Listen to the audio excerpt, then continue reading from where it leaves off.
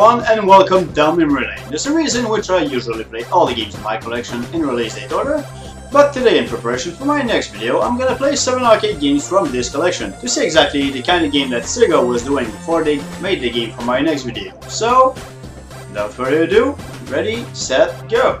Let's start with a game from my birth year of 1982, Zaxxon.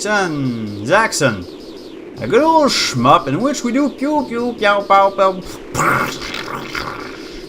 You're in a jet and you mash that button to shoot everything that exists. Technically, I think you need to destroy all the planes, but, you know, everything else gives you points anyway, so, you know. You also have to watch out for your gas, which you can fill up by shooting those gas tanks. Arcade logic, don't ask. Past that base, you're in space, and planes attack you, and they count in the number of planes you need to shoot down. During my best playthrough, I managed to push this robot away, who is apparently Zaxxon himself. Now, I don't know a whole lot about shoot 'em ups, but I know that most of them are either vertical shooters or horizontal shooters. But Zaxxon is actually the very first video game with a 3D isometric camera like that. And it feels strange when you play it actually. But it was very innovative at the time. I did have fun in the 25 minutes I played, even if you need to constantly focus on the whole screen to dodge the obstacles while you spread the apocalypse. After that we have Congo Bongo, released in March of 1983. Another 3D isometric game, but this time we control a big-nosed character who wants to catch a giant ape while dodging obstacles. Where have I seen that before? And here we were thinking that Sega's and Nintendo's rivalry started with Sonic. Anyway, despite the colorful graphics that look great for the time, you have to get used to the controls, because like all the games with a similar camera, the 4 directions up, down, left and right make you move diagonally. As I was saying, you climb that cliff and you need to jump over the pits and the animals, and when you get to the ape, he just slowly moves away. My god, poor ape, look at him, he looks drunk. The first levels are actually pretty easy, but the third level has these homing, heat-seeking rhinoceroses, and they're out for your blood. These holes will just slow you down and you're just way too slow to dodge anything. Despite all my tries, I could never get past that level. Apparently level 4 is another swamp to get through, but actually I'm not that interested to get there. The only thing that actually makes me feel bad about this game is this small monkey who's just there doing nothing wrong, and I have to push him down a cliff again and again. Sorry, little monkey. Next up we have Flicky, released in 1984. But what you see here is actually the Sega Genesis version, released in 1991, with kinda shinier graphics. A cute little platformer that can show you what platformers were like between the original Donkey Kong and Super Mario Bros. We control Flicky, a little bluebird who must guide these yellow birdies to the exit. If you get many at once, you get tons of bonus points. You have to dodge these evil, hungry kitties who can also destroy your chain of birdies. Apparently there are also some lizards, but I haven't seen them actually. I went all the way to level 9, and from what I've seen there should be 48 of them, which is quite massive considering that Donkey Kong and Congo Bongo only had 4. The worst enemies in the game are actually Flicky's feet, because I think he's the character who slides the most in a video game. A pretty fun little game actually, more than Congo Bongo anyway. I had already played Flicky to unlock another game we'll see in a few minutes, but I did manage to boost my high score above the 100,000 mark. I also think it's worth mentioning that Flicky will be a sort of mascot for these Sega years, before another blue animal will take his crown. And yes, it also means that the seemingly random bluebird in Sonic games is actually older than Sonic himself. After that, released in 1985, slightly after Super Mario Bros., we have Space Harrier, a game that actually has neither space nor a Harrier. Instead we control some flying dude with a gun, who actually does pretty much the same thing as a Harrier. The game also starts by telling you, "Welcome to the fantasy zone. Get ready." You fly around, destroying everything in existence, except that which cannot be destroyed, like these skyscrapers. Actually, this game can be seen like an ancestor to any third-person shooter. After a few levels, there's a bonus level in which you take your dragon and destroy all of nature. The graphics are actually technically beautiful, but design-wise, what is that? Yes, there are jets and enemy robots and all this stuff, but when I see that big face attacking me, of course my first reflex is to shoot it down, but I can't help but wonder if the designer wasn't angry at someone and decided to make him something to shoot. What's cool though is that I could continue when I had a game over as long as I had quarters. And as my PlayStation thought I was a billionaire or something, I was able to make it to the end. But by the end of the game, dear god, the enemies and bullets fly so fast in your face that you need to be a god to dodge all that without touching anything.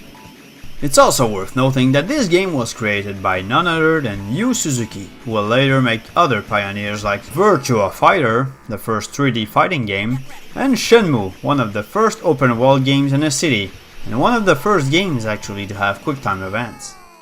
So after the diagonal shmup with Zaxxon and the third person shmup with Space Harrier, time for some horizontal shmup with Fantasy Zone. Hey, that's what the Space Harrier guy said, Fantasy Zone. But as you can see, they have absolutely nothing in common. Was that something that Sega was trying back then because Zone sounded cool?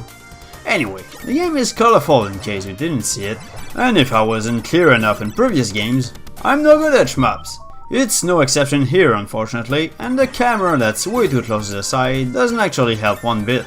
The goal is to destroy these bigger ships, either left or right, and once it's done, the real boss appears.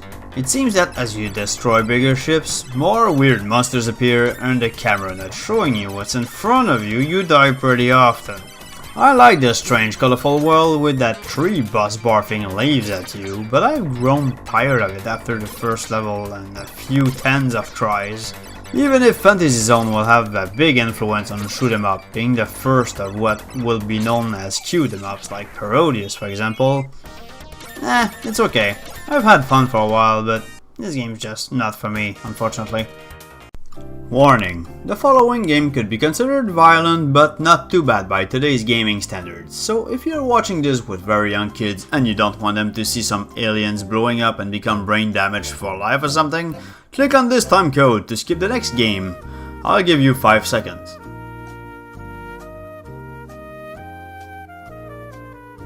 You still here? Okay, let's go. After that we have Alien Syndrome, a run and gun released in 1987 in which you can move in a direction, which I think wasn't seen too often back then.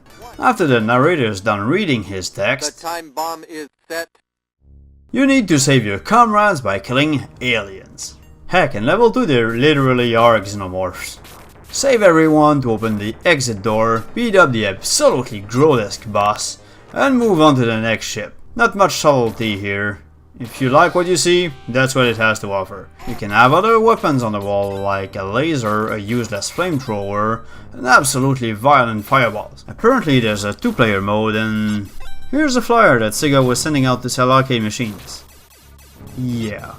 Finally, released in 1987, we have Shinobi, in which we control a modern ninja named Joe Musashi, who must save a bunch of schoolgirls kidnapped by terrorists by tossing his trusty shurikens. I don't think there's a much more 80s story than that, maybe except for bad dudes. President Ronnie has been kidnapped by the ninjas. Are you a bad enough dude to rescue Ronnie?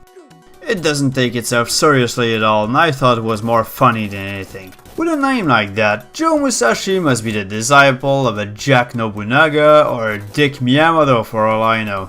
He's just strolling around in the base as if he owned the place without making any effort to try to act like a ninja.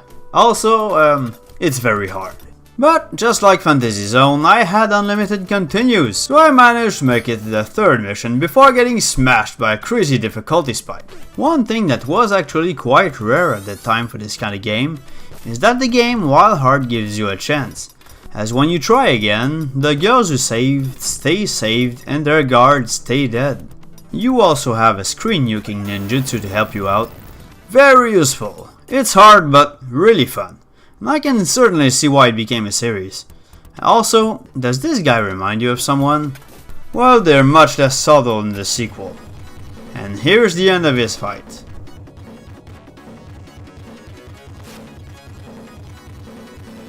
Yeah, that's awesome. So, after playing a few of what you could call Sega's arcade beginnings, there are two things I get from this. They like to take really popular genres and put their own little touch that literally changes the way you play. They also like to put in mature 80s style edginess with a few darker and violent mood. Well, more than most other companies anyway. But I admit I had more fun than I thought I would with this small retrospective, and I can't wait for a later batch. So for now, on the next video, we'll see what their little touch can bring to a Japanese role-playing game on their Master System console. Until then, subscribe to my channel to not miss it, like the video, follow me on Facebook, stay awesome, and I'll see you guys next time.